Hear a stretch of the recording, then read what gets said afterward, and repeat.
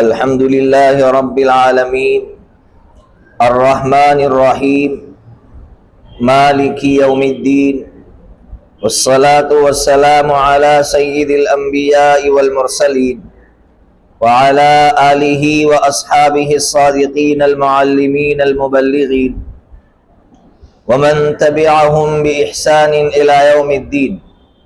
اما بعد فاعوذ باللہ من الشیطان الرجیم. بسم اللہ الرحمن الرحیم. رب انی لما انزلت الی من خیر فقیر. صدق اللہ العظیم. قال النبی صلی اللہ تعالی علیہ وسلم الدنیا کلها متاع وخیر متاع الدنیا المرأة الصالحہ او کما قال علیہ الصلاة والسلام. واجب الاحترام میری معزز مائیں اور بہنیں، اللہ تبارک و تعالی نے ہم سب کو ایک بہت بڑی نعمت سے نوازا ہے، اور وہ نعمت ہے رشتے کی نعمت. ماں بیٹی کا رشتہ، یا بیٹی اور ماں کا رشتہ ہو، بھائی بہن کا رشتہ ہو یا بہن بھائی کا رشتہ ہو، الغرض دنیا میں مختلف رشتے ہیں. ان رشتوں کی قدر انسان کو اس وقت ہوتی ہے جب رشتے ہاتھ سے چلے جاتے ہیں، تب انسان رشتوں کی قدر کرتا ہے. سب سے پہلے میں، چونکہ بہت سی مائیں بیٹھی ہوگی اور بہنیں بھی بیٹھی ہوگی، میں ان کے تعلق سے ایک بات کہہ دوں.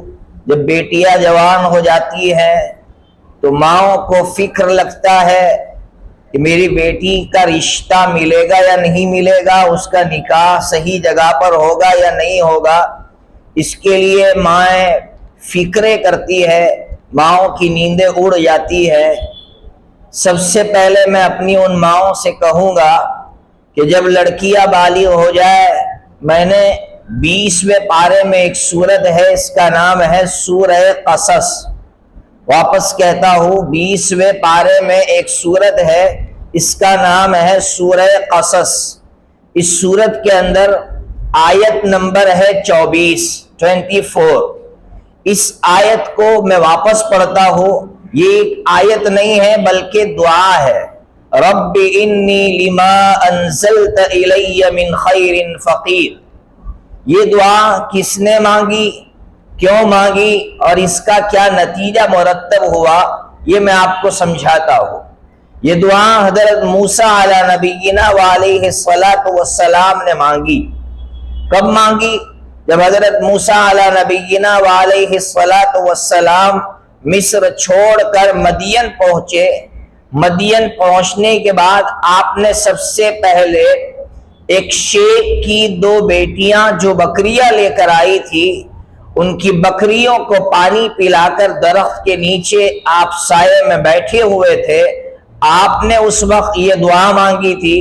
اس دعا کا ترجمہ یہ ہے کہ اے اللہ، تو میرے لیے جو بھی خیر اتارے میں اس کا محتاج ہوں. اے میرے اللہ، اے میرے پروردگار، تو میرے لیے جو بھی بھلائی اتارے میں اس کا محتاج ہوں. اللہ تبارک و تعالی نے حضرت موسیٰ علیہ السلام کی دعا قبول فرمائی. اب سمجھئے، غور کیجئے کہ حضرت موسیٰ علیہ السلام پردیسی ہے، غریب الوطن ہے، یعنی اپنا وطن چھوڑ کر آئے ہیں، ماں باپ کو چھوڑ کر آئے ہیں. سامنے کیا ہوگا مستقبل میں اور فیوچر میں کیا ہوگا ان کو کچھ پتا نہیں ہے، لیکن اللہ تعالیٰ سے خیر مانگ رہے ہیں، اللہ تعالیٰ سے بھلائی مانگ رہے ہیں. اللہ تبارک و تعالیٰ نے بھلائی کیسے عطا کی؟ بہت سی بہنوں کو یہ قصہ معلوم ہوگا، لیکن ہمیں سبق لینا ہے کہ اللہ تبارک و تعالیٰ نے 2 بیٹیاں جب گھر پہنچی تو ایک بیٹی نے ابا کے سامنے، یعنی شیخ کے سامنے، جن کا نام قرآن مجید نے نہیں لیا ہے اور نہ مجھے معلوم ہے اور آپ کو معلوم ہے کہ وہ شیخ کون تھے. بہرحال شیخ نے اپنی اس صاحبزادی سے کہا کہ جاؤ، جس بندے نے آپ کی مدد کی ہے اس کو بلا کر لاؤ. حضرت موسیٰ علیہ السلام کو بلانے کے لیے وہ لڑکی آتی ہے، وہ صاحبزادی آتی ہے، اور حضرت موسیٰ علیہ السلام شیخ کے یہاں پہنچتے ہیں. اللہ تبارک و تعالی رشتے کا انتظام فرما دیتے ہیں، جاتے ہیں مزدور بن کر، لیکن اللہ تبارک و تعالی اس شیخ کا داماد بنا دیتے ہیں۔ دیکھیے، سوچئے، کہاں کے رہنے والے؟ مصر کے رہنے والے، اور اللہ رشتہ جوڑ رہے مدین میں، جو مصر سے تقریباً 25 کلومیٹر دور ہے۔ ہمارے یہاں کے اعتبار سے 25 کلومیٹر کچھ نہیں ہے، لیکن اس زمانے میں جبکہ اسباب و وسائل نہیں تھے، تو اس زمانے کے اعتبار سے ایک پردیسی غریب الوطن کے لیے اللہ تبارک و تعالی رشتہ مہیا فرما رہے ہیں۔ ہم سب کے لیے سبق ہے کہ آج سے وہ مائیں اور وہ لڑکیاں جو جوان ہو گئی، اللہ تعالیٰ سے اپنے مستقبل کے لیے خیر مانگے کہ اللہ میں آپ کی خیر کی محتاج ہوں، میں آپ کی بھلائی کی محتاج ہوں۔ اللہ تبارک و تعالیٰ ان ماؤں کی بیٹیوں کے لیے راہ ہموار فرمائیں گے۔ آج واقعیتاً مائیں پریشان اس لیے ہے کہ ہماری بہت سی بہنیں جن کا تعلق کالجوں سے ہے، جن کا تعلق عصری تعلیم سے ہے، وہ غیروں کے ہاتھوں میں چلی گئی یا مسلمان لڑکے کے ہاتھ میں گئی، لیکن وہ مسلمان لڑکا ہم مزاج نہیں تھا، وہ مسلمان لڑکا دیندار نہیں تھا۔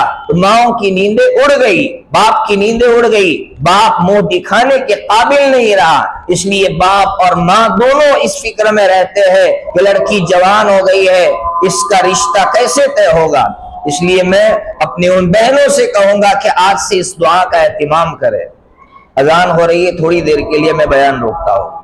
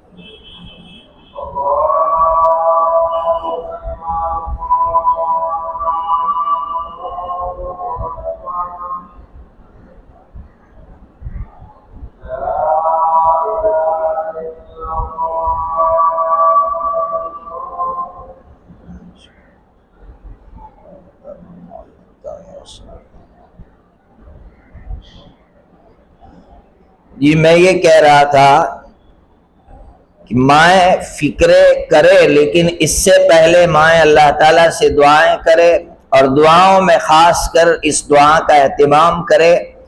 جتنی عورتوں نے اس دعا کا اہتمام کیا ہے، جتنی بچیوں نے اس دعا کا اہتمام کیا ہے، اللہ تبارک و تعالیٰ نے ان کے لیے مستقبل کے راستے ہموار فرمائے ہیں۔ اس لیے دوبارہ کہتا ہوں کہ یہ قرآن مجید میں 20ویں پارے میں سورت ہے سورہ قصص، اس کی آیت نمبر ہے 24، اور یہ دعا ہے رب انی لما انزلت الی من خیر فقیر۔ اللہ تبارک و تعالی ہر ماں کی آنکھ کو ٹھنڈا فرما دیں گے۔ تو یہ پہلا مسئلہ میں نے سمجھایا کہ مائیں اس طرح اللہ تعالیٰ سے اپنا تعلق قائم کرے گی تو اللہ تعالیٰ ان کی بیٹیوں کا مستقبل تابناک روشن فرمائیں گے۔ دوسری بات، ابھی ایک مسئلہ درمیان میں آیا تو سمجھا دوں، عورتیں پوچھتے رہتی ہے، ابھی اذان ہوئی درمیان میں، بہت سی عورتیں قرآن پڑھ رہی ہوتی ہے یا کسی اور کام میں مشغول رہتی ہے، تو اذان ہوتے وقت کیا تلاوت کو چھوڑ دے یا کوئی دینی کام کر رہے ہو تو چھوڑ دے؟ یاد رکھیے اذان ہوتے وقت دینی کام چھوڑنا ضروری نہیں ہے اور نہ بہتر ہے۔ میں نے تو صرف اس لیے چھوڑا کہ چونکہ اذان کی آواز آپ کے کانوں میں آتی اور میری آواز آپ کو اچھی طرح سنائی نہیں دیتی، اس لیے مسئلہ یہ ہے کہ اگر آپ قرآن مجید پڑھ رہے ہیں اور اذان ہو گئی ہو تو آپ قرآن مجید کی تلاوت جاری رکھ سکتے ہیں، اور اگر آپ چاہے تو اذان کا جواب بھی دے سکتے ہیں۔ اسی طرح ترمذی شریف کے اندر حدیث ہے کہ حضرت نبی پاک صلی اللہ تعالی علیہ وسلم فجر کی اذان شروع ہوتی اور آپ کی سنت شروع ہوتی، فجر کی اذان مکمل ہوتی اور آپ کی سنتیں مکمل ہو جاتی۔ مختصر شارٹ میں آپ سنتیں پڑھتے لیکن اذان کے درمیان میں پڑھ رہے ہیں۔ اس سے معلوم ہوا کہ اگر اذان کے دوران کوئی دینی کام چل رہا ہو تو اس کو چلنے دینا چاہیے، اس کو روکنا نہیں چاہیے، لیکن ابھی جو میں نے روکا اس مقصد سے روکا تھا، تو یہ دوسرا مسئلہ آپ کو سمجھا دیا۔ تیسرا مسئلہ میں بات کر رہا تھا رشتوں کے تعلق سے، کہ رشتے خاص کر اس وقت کی جو نوجوان لڑکیاں ہیں ان کے اندر سے رشتوں کا احساس ختم ہوتا جا رہا ہے، رشتوں کا احساس آج کی لڑکیوں میں بہت کم رہ گیا ہے۔ اس لیے میں اپنی ان بہنوں سے خاص طور پر کہوں گا کہ اللہ تعالیٰ نے آپ کو جو ماں جیسا رشتہ عطا فرمایا ہے اور شادی کے بعد آپ کی جو دوسری ماں ہے جس کو ہم ساس کہتے ہیں، اتنا پیارا رشتہ آپ کو عطا کیا ہے، اس وقت کی ہر لڑکی پر لازم ہے کہ وہ ان رشتوں کی قدر کرے، ورنہ آپ نے ترکی میں جو زلزلہ آیا اس کے بعد جو معصوم بچے جو یتیم رہ گئے تھے ان کا ویڈیو آپ نے دیکھا ہوگا کہ معصوم بچے رو رہے ہیں، ان کے آنسو پوچھنے والا کوئی نہیں ہے، ایک عورت ان کا آنسو پوچھ رہی ہے، لیکن وہ بچے بے یتیمی کی حالت میں، بے کسی کی حالت میں اور بے چینی کی حالت میں، بے سہارا ہونے کی حالت میں کسی کی طرف دیکھ رہے ہیں، لیکن ان کو دور دور تک کوئی سہارا نظر نہیں آ رہا ہے۔ جب ایسے ویڈیو دیکھتے ہیں تب ماں باپ کی قدر محسوس ہوتی ہے، تب ماں باپ کی قدر معلوم ہوتی ہے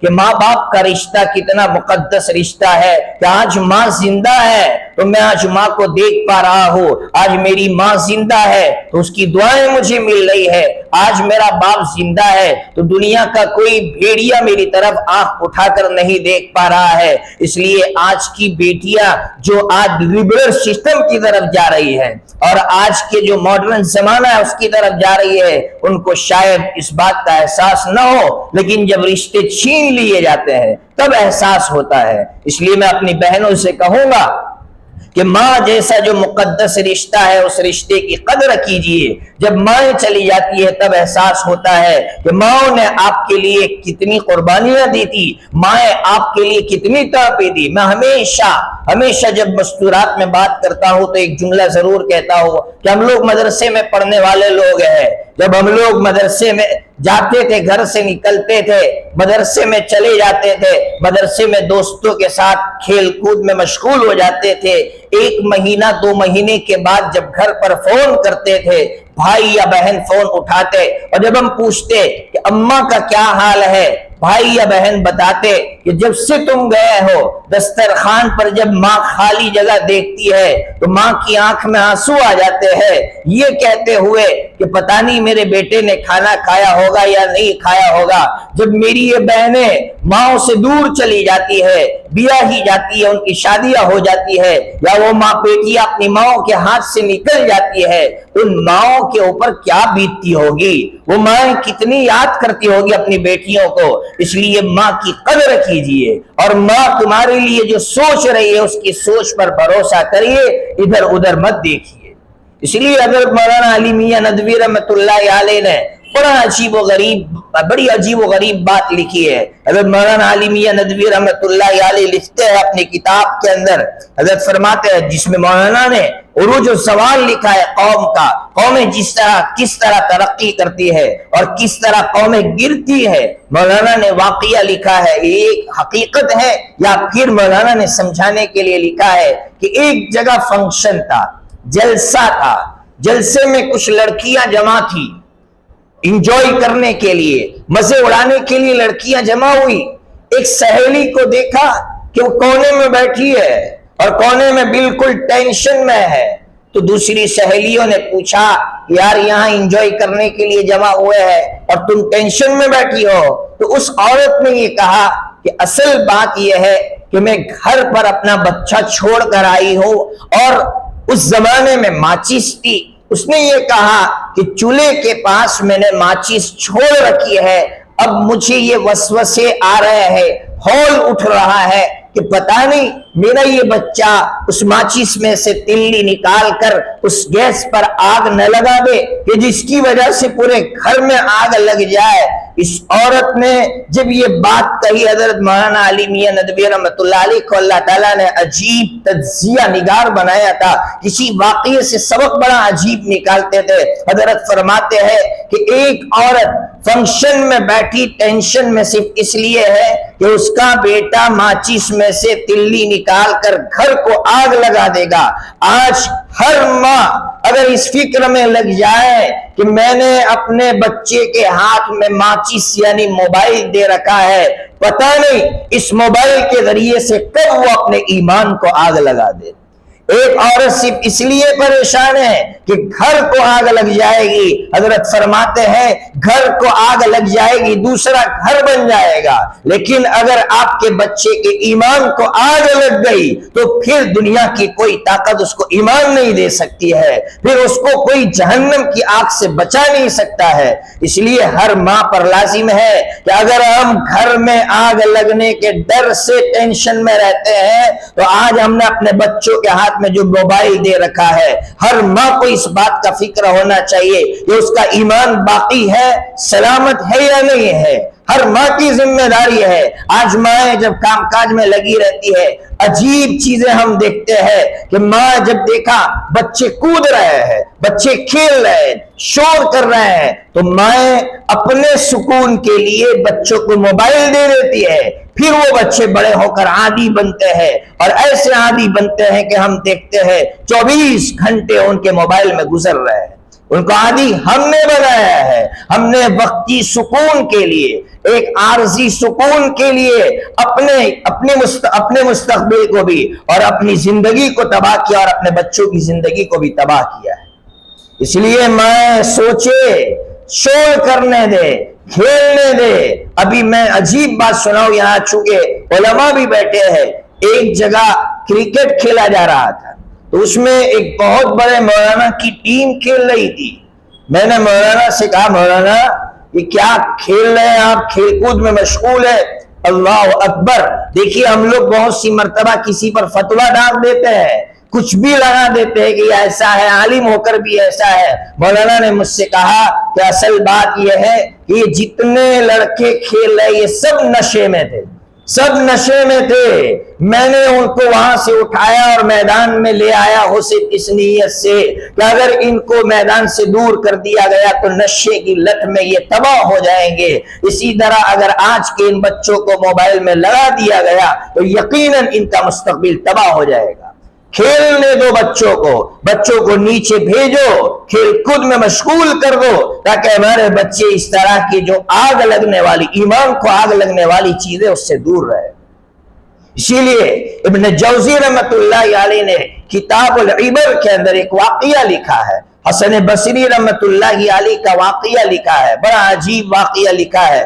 پھر میں آپ کو ایک عجیب بات سنا کر اپنی بات ختم کروں گا۔ میں لمبی چوڑی بات کرنے کا عادی نہیں ہوں، مختصر سی بات کروں گا، لیکن آپ کو ایک بات سمجھانا چاہتا ہوں۔ حسن بصری رحمت اللہ علیہ کی ایک عورت آتی جاتی رہتی تھی، اس کا نوجوان لڑکا شراب کی لت میں یا اس زمانے میں جو بھی نشے کی چیز ہوگی اس کی لت میں مست ہو گیا، وہ مدہوش رہتا تھا۔ حضرت نے بھی بہت سمجھایا، ماں بھی بار بار آتی۔ میں لڑکیوں کو یہی سمجھا رہا ہوں کہ ماں کی فکریں دیکھو، ماں کی قربانیاں دیکھو، ماں کس طرح تڑپتی ہے۔ ماں حسن بصری رحمت اللہ علیہ کے پاس آتی ہے، روزانہ کہتی ہے حضرت بچے کو سمجھاؤ۔ حضرت سمجھا رہے لیکن اس کے دماغ میں بات نہیں آ رہی ہے۔ ایک مرتبہ ایسا بیمار ہوا کہ اس کو یقین ہو گیا کہ اب میری زندگی کے آخری ایام ہے، اب آخری دن چل رہا ہے۔ اس نے ماں سے کہا ماں حسن بصری سے جا کر کہو کہ وہ یہاں آئے اور مجھے توبہ کروائے۔ جب ماں گئی، ماں تو ماں ہوتی ہے، ماں اپنی اولاد سے کبھی مایوس نہیں ہوتی ہے۔ ماں گئی حسن بصری رحمت اللہ علیہ کے پاس، کہا حضرت میرا بیٹا توبہ کرنا چاہتا ہے، آپ تشریف لائیے۔ حسن بصری رحمت اللہ علیہ نے کہا مجھے کوئی امید نظر نہیں آ رہی ہے، تیرا بیٹا اتنا سمجھایا اب کیا سمجھے گا۔ حسن بصری رحمت اللہ علیہ نہیں آئے تو ماں نے رو کر کہا اپنے بیٹے سے بیٹا شیخ نے تو انکار کر دیا۔ جب یہ جملہ اس لڑکے نے سنا تو عجیب اندر سے ایک بے چینی کی آگ لگ گئی۔ اللہ کی محبت کی آگ، انسان جب ٹوٹ جاتا ہے تو اللہ کی محبت کی آگ لگتی ہے، اندر سے اللہ کی محبت کی آگ لگی اور دل ہی دل میں اللہ تعالیٰ سے توبہ کی کہ اللہ میں اتنا محروم اور بدقسمت ہوں کہ وقت کا شیخ بھی میرے پاس نہیں آیا، لیکن اللہ میں تجھ سے کبھی مایوس نہیں ہو سکتا ہو، اللہ میری توبہ قبول کر لے۔ اللہ تعالیٰ نے اس بچی کی توبہ قبول کر لی۔ اب جب اس کا انتقال ہو گیا، حسن بصری رحمت اللہ علیہ سے کہا گیا حضرت جنازہ تیار ہے، جنازے کی نماز پڑھانی ہے آپ کو۔ حضرت نے انکار کر دیا، ایک شرابی کی جنازے کی نماز کیوں پڑھاؤ، ورنہ لوگ شراب میں مست ہو جائیں گے۔ جب رات کا وقت گزر گیا، جنازے کی نماز نہیں پڑھائی گئی۔ رات میں صبح میں حضرت نے اعلان کیا کہ فلاں کا انتقال ہوا ہے، میں اس کے جنازے کی نماز پڑھاؤں گا۔ لوگ پریشان ہیں، آخر کیا ہو گیا، آخر کیا ہو گیا۔ حسن بصری رحمت اللہ علیہ نے فرمایا بات دراصل یہ ہے، جب رات کو سویا تو حضرت نبی پاک صلی اللہ تعالی علیہ وسلم خواب میں آ کر کہہ رہے تھے کہ اے حسن میرا فلاں امتی ہے، اس نے توبہ کر لی ہے، جاؤ جا کر اس کی جنازے کی نماز پڑھو۔ اس کے لیے میں جنازے کی نماز پڑھوانے کے لیے آیا ہوں۔ میں صرف اپنی بہنوں سے یہ کہنا چاہ رہا ہوں اس واقعے کو نقل کر کے کہ ماں کی طرف رنگ لاتی ہے، اس لیے ماؤں سے بھی کہوں گا مایوس مت ہوئیے اپنی اولاد سے، مانگتے رہیے اللہ تعالیٰ سے، دعاؤں میں مانگیے، تڑپیے، اللہ تعالیٰ آپ کی اولاد کو نیک صالح بنا دیں گے۔ لیکن مائیں مایوس ہو جاتی ہے جس کی وجہ سے پھر نقصانات وجود میں آتے ہیں۔ آخر میں جو بات سمجھانی ہے وہ یہ سمجھانی، ابھی میں کہہ رہا تھا کہ اللہ نے ہمیں ایمان عطا فرمایا ہے، اگر ہم نے اپنی اولاد کو موبائل میں مست رکھا اور موبائل میں وہ چیٹنگ کرتی رہی اور موبائل میں اس کا تعلق کسی سے ہو گیا تو میں ان بچیوں سے بھی آنکھوں دیکھا حال سنانا چاہتا ہوں۔ میں نے اپنی آنکھوں سے جو دیکھا ہے وہ سنانا چاہتا ہوں، میں نے کسی سے سنا وہ سنانا نہیں چاہتا ہوں۔ ایک حقیقت جس کو بیان کرتے ہوئے میرے رونگٹے کھڑے ہو جاتے ہیں، لیکن میں اس سچائی کو بیان کرنا چاہتا ہوں۔ کچھ سالوں پہلے میرا آشرم میں جانا ہوا تھا، جب میں وہاں گیا مجھے پتا چلا کہ بھروچ کے ایک مولانا کی لڑکی اس آشرم میں ہے اور وہ واپس آنا چاہتی ہے، لیکن اس نے ایک غیر مسلم سے شادی کر لی تھی بھاگ کر۔ اب وہ چونکہ آشرم میں چلی گئی، اس غیر مسلم لڑکے نے بعد میں پیٹ کر اس کو چھوڑ دیا۔ بالآخر کوئی ٹھکانہ نہیں تھا، اس نے آشرم میں ٹھکانہ لیا۔ وہ جانا چاہتی ہے اپنے گھر لیکن گھر جا نہیں پاتی ہے۔ تب اتنا رونا آیا کہ میری بہن جس نے اللہ کے سامنے سجدے کیے ہوں گے، اپنے ماں باپ کو اللہ کے سامنے چھپتا ہوا دیکھا ہوگا، آج وہ ان ظالموں کی وجہ سے غیر اللہ کے سامنے چھپنے پر مجبور ہے۔ کیا میری بہن جو آج اپنی ماؤں کی باتیں نہیں سن رہی ہے، کیا اس کو برداشت کر پائے گی؟ کیا اس مستقبل کا انتظار کر رہی ہے ہماری بہنیں کہ ہم بھی ایسا مستقبل دیکھیں جیسا مستقبل ہم نے اپنی ان بہنوں کا دیکھا ہے؟ اس لیے آج بھی جا کر آشرموں میں دیکھیے، کئی مسلم لڑکیاں ایسی ملے گی کہ جن کا کوئی ٹھکانہ نہیں تھا، انہوں نے وہاں جا کر ٹھکانہ لیا اور صرف وجہ یہی تھی کہ غیر مسلم لڑکوں کے ساتھ انہوں نے شادیاں کی تھی۔ اس لیے اس بھیانک انجام کو سامنے رکھیے، ورنہ خون کے آنسو روئیں گے۔ کوئی بتانے والا آپ کو آج بتا رہا ہے تو اس کی بات پر یقین رکھیے۔ محبت خود غرضی ہے، یہ محبت نہیں ہے، یہ صرف ایک خود غرضی ہے۔ اس خود غرضی کو آپ پرے ڈالیے، پیچھے ڈالیے اور اللہ کی محبت میں آگے بڑھیے۔ ورنہ میں نے جو چیزیں دیکھی ہے آج تک، جب اس کو بیان کرتا ہوں میرے آنکھ میں آنسو آ جاتے، بہت کنٹرول کر کے میں نے یہ واقعہ آپ کو سنایا ہے، ورنہ میری آنکھوں کے سامنے وہ نقشہ آ جاتا ہے۔ جب میں نے تحقیق کی پتا چلا کہ ان کے والد مکتب میں پڑھاتے ہیں اور 30 سال سے پڑھا رہے ہیں ایک جگہ مکتب میں، لیکن والد صاحب کے ہاتھ سے بیٹی نکل گئی صرف اس لیے کہ والد صاحب نے کبھی خبر نہیں لی تھی کہ میری بیٹی کے ہاتھ میں نے موبائل دیا ہے تو اس موبائل سے میری بیٹی کیا کر رہی ہے۔ اس لیے میری ماں سے میری درخواست ہے کہ آپ موبائل دے رہے تو موبائل کا صحیح استعمال سکھائیے، اور اگر ہو سکتا ہے تو ہم اپنی بچیوں کو اور اپنے بچوں کو موبائل سے دور رکھیے۔ اللہ تبارک و تعالیٰ سے ہم دعا کرتے ہیں کہ اللہ تبارک و تعالیٰ ہر بہن کی، ہر ماں کی، ہر بھائی کی ایمان کی حفاظت فرمائے۔ اخیر میں مسنون دعاؤں کے تعلق سے ایک بات ضرور کروں گا۔ ابھی میں کارڈ لے کر آیا ہوں مسنون دعاؤں کے، صرف اس لیے میں نے یہ محنت شروع کی ہے کہ بہت سی بہنیں ادھر ادھر کی باتیں سنتی ہیں موبائل میں، فلاں مولانا نے وظیفہ دیا، شروع کر دیا، کوئی تحقیق نہیں کہ یہ وظیفہ صحیح ہے یا غلط ہے۔ جب میں پالمپور گیا تھا تو مجھے کئی لوگوں نے عجیب بات سنائی کہ ہمارے گھر کی عورتیں جو کباٹ ہوتا ہے جس میں پیسے ہوتے ہیں، پتہ نہیں کھولتی ہے، اس میں دم کرتی ہے اور پھر بند کر دیتی ہے۔ شوہر بھی حساس ہوگا، بے غیرت نہیں ہوگا، اندھا نابینا نہیں ہوگا۔ اس نے دیکھا تو شوہر نے پوچھا کیا کر رہی ہو؟ تو اس عورت نے کہا فلاں مولوی صاحب نے ایک وظیفہ بتایا تھا کہ پیسے پر اگر دم کرو گی اور 1 سال کے بعد اگر اس کو نکالو گی تو یہ پیسے اس سے 3 گنا 10 گنا ہو جائیں گے۔ یہ ہماری بہنوں کی حالت ہے۔ اس لیے میں اپنی بہنوں سے کہتا ہوں کہ اگر کوئی وظیفہ دے رہا ہے تو خوب تحقیق کیجئے۔ ابھی میں واپی گیا تھا، راجستھان کے ایک بہت بڑے ذمہ دار، میں اس لیے دعاؤں کو تیار کر کے لایا ہوں اور ہر گھر تک پہنچانا چاہتا ہوں تاکہ سنت دعاؤں کی طرف آئے، اور جو الائے بلائے ہیں اس سے دور، اس سے بچانے کے لیے میرے آقا صلی اللہ تعالی علیہ وسلم کی صحیح حدیثیں موجود ہے، اس پر ہماری بہنیں عمل کرے۔ راجستھان کے ایک بہت بڑے ذمہ دار، ان کے گھر جانا ہوا تو وہ اپنی پوتی کو لے کر آئے، بڑی عمر کے پوتی کو لے کر آئے۔ پوتی بالکل مدہوش، چھوٹی سی بچی تھی، 6 یا 7 سال کی۔ میں نے کہا حدیث صاحب کیا ہوا؟ تو کہا میری بچی یہاں سے اسکول یا مدرسہ جانے کے لیے نکلی، اچانک راستے میں جو ہے بے ہوش ہو کر گر پڑی، بہت علاج کروایا، پتہ نہیں کیا ہے۔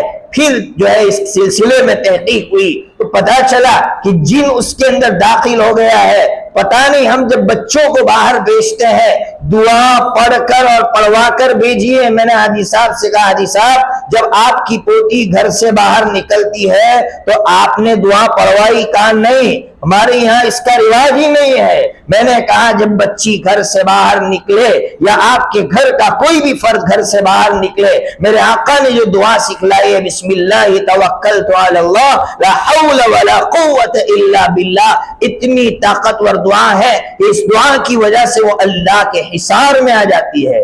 اللہ کے حصار سے بڑھ کر کسی کا حصار نہیں ہو سکتا ہے۔ اس لیے مائیں اپنے بچوں کو دعائیں سکھائے، خود بھی دعاؤں کا اہتمام کرے، ہر دعا اس میں موجود ہے۔ آپ چاہتے ہیں کہ آپ کو جنت کے 8 دروازے کھلے ملے تو دعا وضو کے بعد کی ہے۔ اللہ حضرت نبی پاک صلی اللہ تعالی علیہ وسلم کی حدیث ہے، حضرت سیدنا عمر فاروق رضی اللہ تعالیٰ عنہ راوی ہے، فرماتے ہیں کہ نبی پاک صلی اللہ تعالی علیہ وسلم نے فرمایا جس نے وضو کے بعد یہ دعا پڑھ لی اللہم اجعلنی من التوابین واجعلنی من المتطہرین فتحت له 8 ابواب الجنہ، اللہ تعالیٰ اس کے لیے جنت کے 8 دروازے کھول دیں گے۔ اب دعا کتنی چھوٹی سی ہے لیکن جنت کے 8 دروازے کھلے ملیں گے۔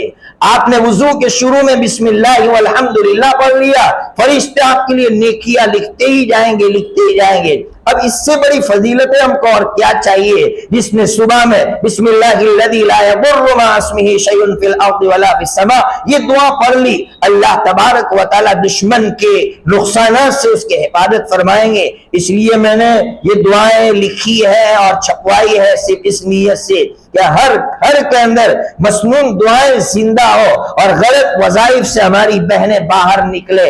اللہ تبارک و تعالی جتنی باتیں کہی گئی میں اپنی بہنوں سے واپس کہہ رہا ہوں کہ اللہ تعالیٰ نے یہ جو رشتے کی جو نعمت عطا فرمائی ہے اس کا احساس اپنے اندر پیدا کرو، اور دین کے راستے سے آج ہمارے یہاں بہت سی رسومات خرابیاں آ رہی ہے، بہنوں کی ذمہ داری ہے، میں آج مردوں میں اس کو کہنے والا ہوں لیکن عورتوں سے بھی مختصراً کہہ رہا ہوں کہ جو رسومات آ رہی ہے شادیوں کے لائن سے آج تک میں برسوں سے کہہ رہا ہوں کہ لڑکی کی شادی ہو تو لڑکی کے ماں باپ پر 1 روپیے کا خرچ نہیں ہے اسلام میں، لڑکی کے ماں باپ پر دعوت نہیں ہے، لیکن آج ہمارے سماج میں لڑکی کا باپ دعوت کر رہا ہے۔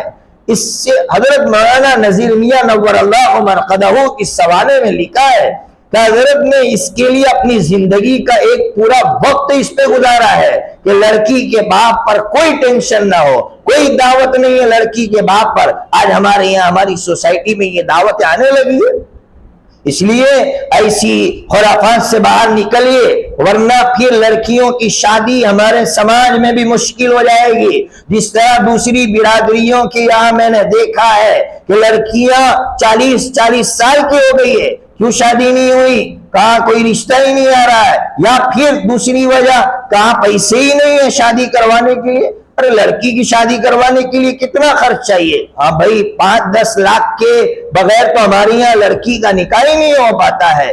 اس طرح لڑکی کا نکاح مشکل ہو جائے گا اور ہماری لڑکیاں پھر یا تو کسی کے ہاتھوں چلی جائے گی یا پھر گھر میں بیٹھ کر بوڑھی ہو جائے گی، اور اس کی ذمہ دار ہم بنیں گے۔